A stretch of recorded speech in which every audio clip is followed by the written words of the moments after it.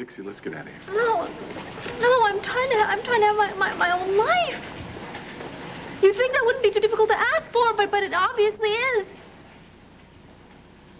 You know, I go to Will or to Craig or to Uncle Palmer, and I ask them something, and they tell me what to do, what I should do, who I should do it with, what I should say, what if it was suitable for a Cooney woman or not. You know, I mean, Will was just too happy to tell me what I should do with Craig, and Uncle Palmer was just too happy to tell me what I should do with Tad. You know, and I needed them. And Uncle Palmer, he almost dies. And he stands there and he has to smile and to look at me and say, I knew you'd be back.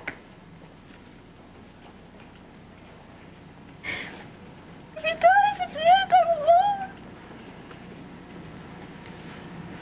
I'm alone. No, you're not.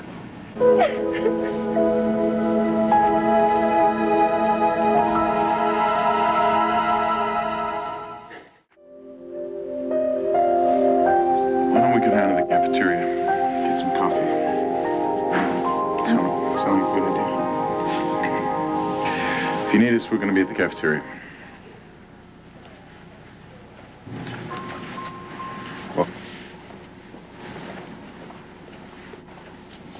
Well, I guess I'm gonna go check on Palmer.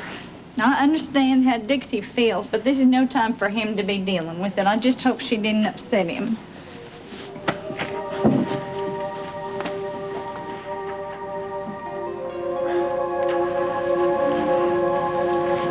Well, what do you think? I think that flying Jamie and Petra to Hawaii would have been a much better idea. Sort of a rocky homecoming, huh? Like Gibraltar. You don't know the half of it. Well, I already know more than I want to. It's quite a shock seeing Edmund with Dixie. Yes, it was. She was pretty wiped out. I guess, Edmund and Dixie are friends now. They say misery loves company. So does happiness. Which reminds me, why are you here? You're supposed to be at home checking on Jamie. Well, yeah, I was. And you missed me. Decided to come back. Actually, I've seen a little too much of you. Is this like a game? It's gonna be like 20 questions? You're just gonna tell me what the hell you're talking about? No, I was leaving. I was leaving. You said that.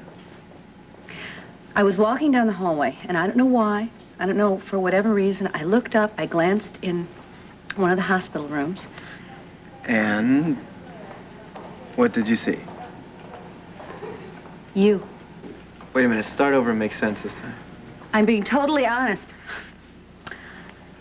I saw the reason that Dixie thought that you were sick.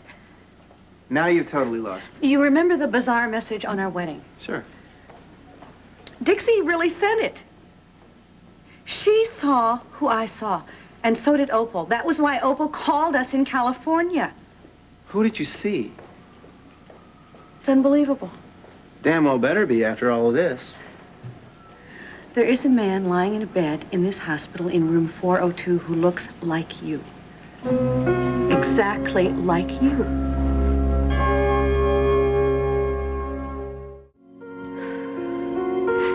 There's a guy that looks like me.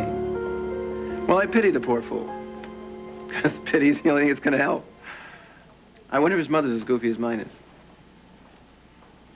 Come on, Brooke, knock it off. When you're this quiet, it makes me think you're serious. So what? So there's a guy that could be my brother? What's the big deal? No, it isn't. Not your brother. Your twin. It's someone who looks exactly like That's you. That's ridiculous. How could that possibly be? I don't know. He looks more like you than Adam looks like Stuart, is all I know. If your mother hadn't told us about this when we were in California, if I hadn't just left you, I would have walked in that room and I would have thought that it was you.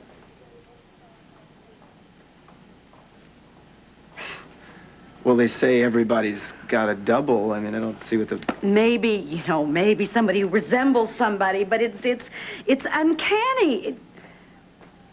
I think that you should see for yourself. You talk to this guy? Well, I mean, he doesn't he doesn't talk like you, and certainly doesn't act like you. I wasn't able to get much out of him. You know, he kept looking at me. I mean, he didn't say anything for a long time. And then what he said, it was spooky. He knew who I was. I mean, he knew about us. I think that he came to see you. He said that? No, but he said other things. And it was just, he just kept staring at me like he could see right through me. It was creepy. Who is this guy? He says that his name is Michael Williams and that Dixie brought him here, that Dixie. Well, he's sick or hurt or what? I'm not sure. I don't know. Makes sense. She ran across this guy, thought he was me, left a message on the service, and brought him to the hospital.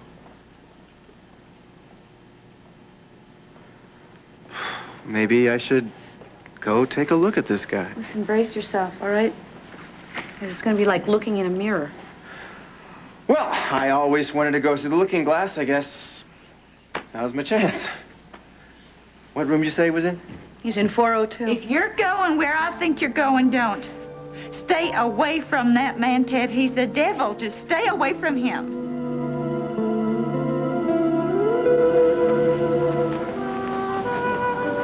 Tea for the lady. And a fried for the guy. Thanks. No thanks. They're freshly made. I saw him dump the basket. You all right? I did not need an audience for that. You said what you had to. I know, but why not later? Boy, where do I get my lousy sense of timing? Probably from watching me. I don't know. I mean, what do we need parents for anyway? Aren't they just more trouble than they're worth?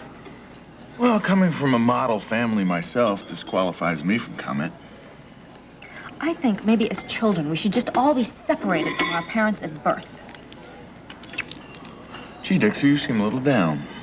I wonder why. You've had a perfectly normal day filled with just run-of-the-mill events, and here you are coming apart at the seams. Is my stuffing showing? Well, I'm not a shrink, but I tell you, you keep this up, there's an outside chance you could become a little unstable. Takes one to know one. I'm glad you're here with me. Well, I'm glad you're glad. You know, while I was ranting about Will moving heaven and earth to keep me away from Craig and Uncle Palmer doing the same thing with Tad, something occurred to me. You want to hear what? Only if you want to tell me. I do. It occurred to me that Tad was... that Will was right about Craig. And that Uncle Palmer could possibly be right about Tad. Maybe I was just bound and determined to make another huge mistake. Well, as you probably know, I'm not really the president of the Tad Martin fan club. With that in mind, I don't think you should really be too hard on yourself. I mean, look what just happened. We just ran into two people we love, back from their honeymoon. Besides that, you got Palmer to deal with, and the mysterious Michael, so I think it's understandable. We have to tell Tad about Michael. Come on, we have to tell him that we know who he is. Look, Dixie, all I can tell you is that guy in there, whoever he is, he almost died. Now, he's been through hell, and from what I can tell, that's where he started out. So I don't think we should tell anybody who we think he is until Michael's ready to handle it. Tad needs to know. And then we can decide what we do from there. I'm sorry, Tad needs to know, and I'm going to tell him.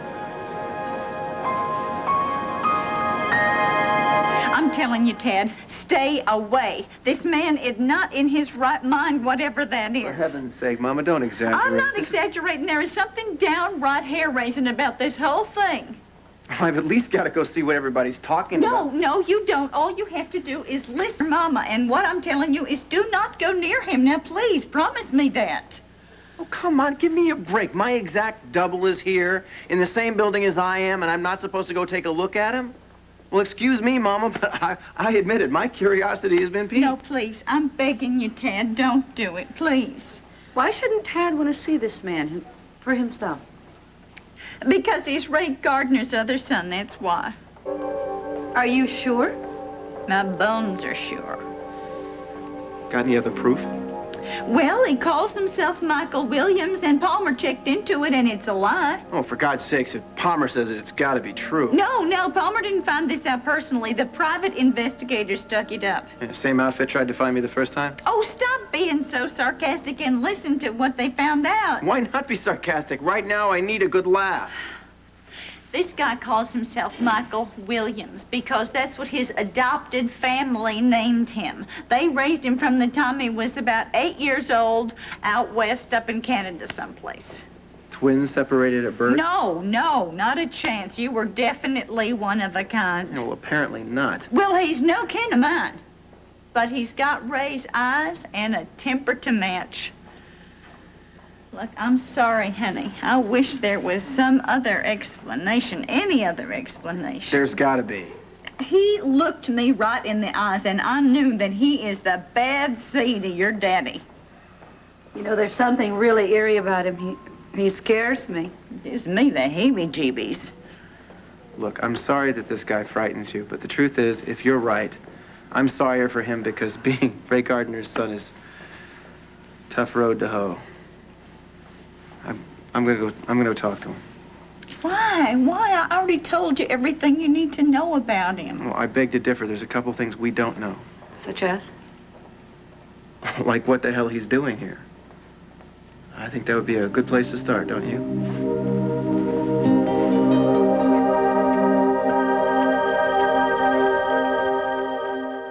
I'm getting a bad feeling about all this. I know what you mean. Look, I'm sorry to be a shortball here, but I think I'm just gonna go home for a spell. I think I need to hold my baby. I think that sounds like a good idea, Opal. Yeah, I mean, here's my poor love bug hanging on by his fingernails, and I'm so worried about Tad making that monster I can't even think about Palmer. And Listen, you go home, all right? You take care of Peter. It'll do you a world of good, and I'll call you if, anything happens. well, you're a dear heart. Thank you. Thank you. Okay.